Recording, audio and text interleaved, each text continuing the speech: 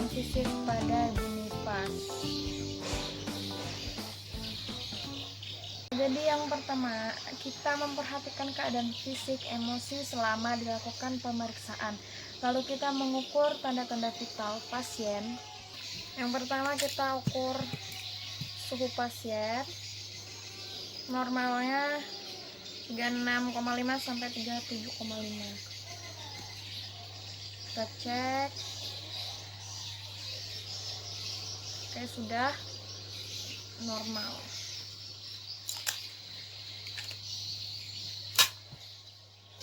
Lalu kita cek respirasi rate atau pernapasan pasien. Normalnya 22 kali per menit. Nah, terus kita lakukan tensi darah. Saya tidak punya pasien, jadi saya mengerjakannya secara mandiri. Ini misalnya tangan pasien ya. Nah, setelah kita lakukan TTV, normalnya tekanan darah itu 120/80 mmHg. Nah, setelah itu kita meminta pasien untuk melepaskan pakaian atau melonggarkan pakaiannya. Terus kita menutupi tubuh pasien. Lalu kita membantu klien untuk berbaring di tempat tidur. Nah, yang pertama kita lakukan pemeriksaan adalah kepala dan leher. Nah, kita lihat di rambut, kita lihat kebersihan rambut dan kulit kepala. Rambutnya warna coklat, merah, atau biru. Terus kita lihat di kulit kepala apakah ada benjolan atau ada ketombe, ada kutu atau sebagainya. Nah, lalu kita memeriksa kebersihan telinga. Di telinga apakah ada kelainan atau sejenisnya, apakah ada odem. Nah, saat kita memeriksa kita tanya, apakah sakit Ibu saat saya tekan? Nah, jika sakit berarti ada odem. Nah, lalu kita melihat wajah, kita memeriksa wajah. Yang pertama kita lihat pucat atau ada bintik-bintik hitam gitu. Nah, terus kita lakukan palpasi kan. Apakah ada odem atau tidak. Lalu kita memeriksa mata. Di mata kita lihat konjungtivanya.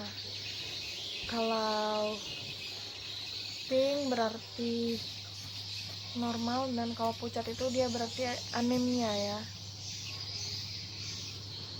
Terus kita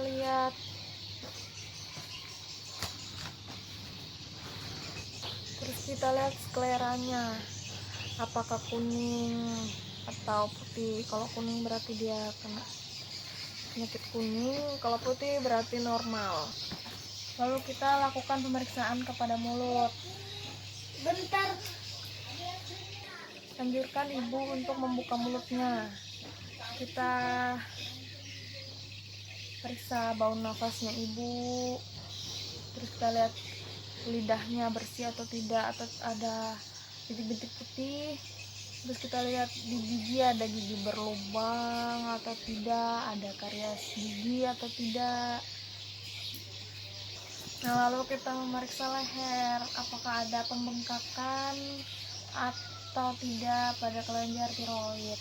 Kita lakukan dengan kedua jari pemeriksaan menyusuri daerah sini dan anjurkan klien untuk menelan. Apakah ibu bisa menelan, ibu? Ibu menelan.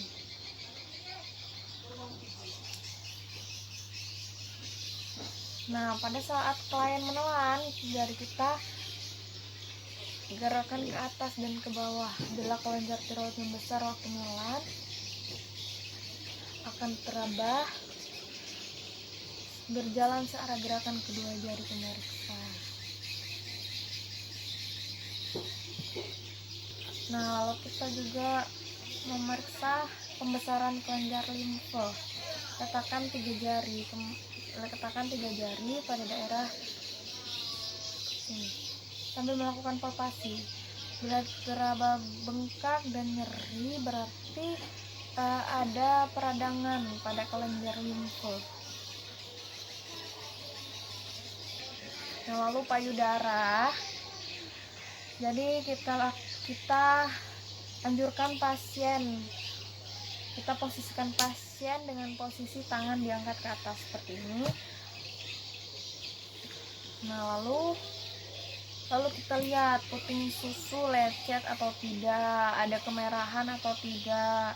Terus kita lihat kolostrum ASI ada keluar atau tidak. Terus kita palpasi ada odem, ada pembengkakan atau ada benjolan atau tidak. Lalu kita melakukan pemeriksaan aksila atau ketiak. Nah, kita lihat ada pembengkakan atau tidak dengan jari kita itu melakukan palpasi daerah aksila seperti ini. Jika tidak ada pembengkakan berarti tidak ada pembengkakan. Terus di abdomen atau di perut. Nah, kalau SC kita lihat ada perdarahan atau tidak. Nah, terus kita mengukur TFU sesuai hari. Kita menghadap ke klien dan klien dianjurkan untuk tidur terlentang atau baring gitu ya.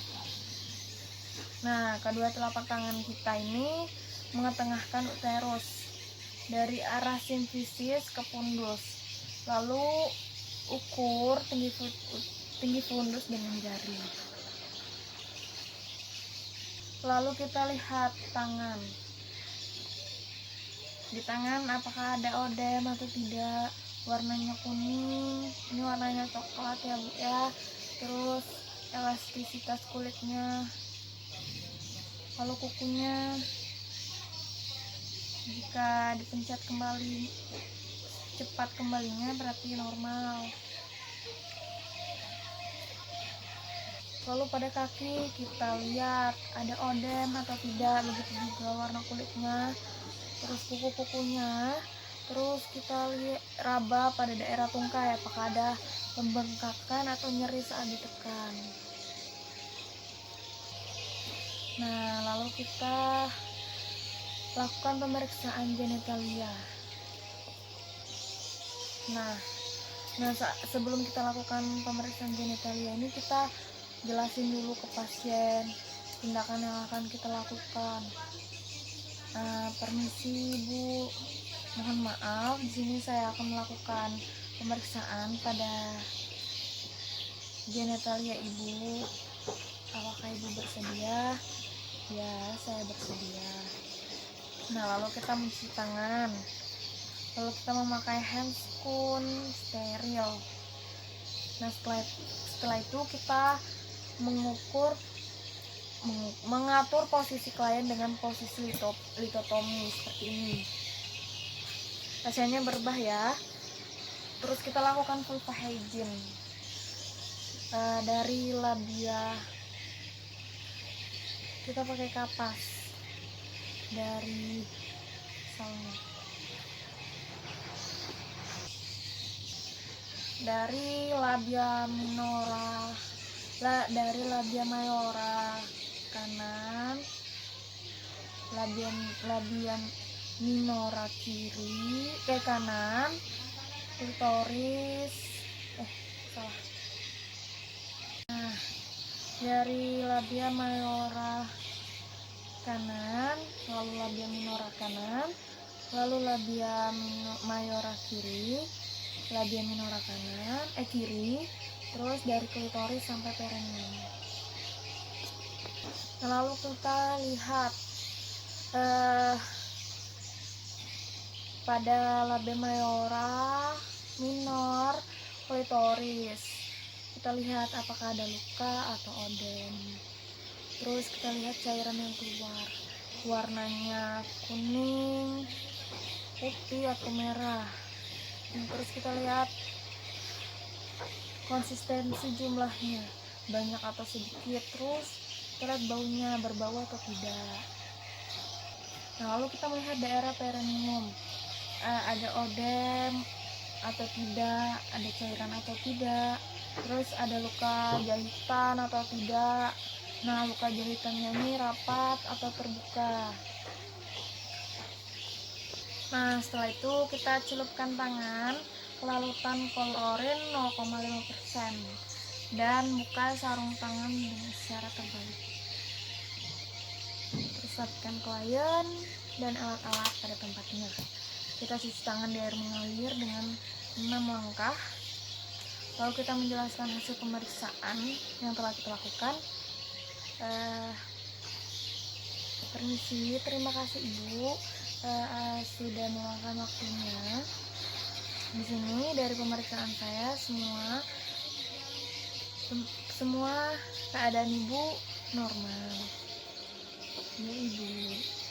Nah, lalu kita lakukan pendongkuman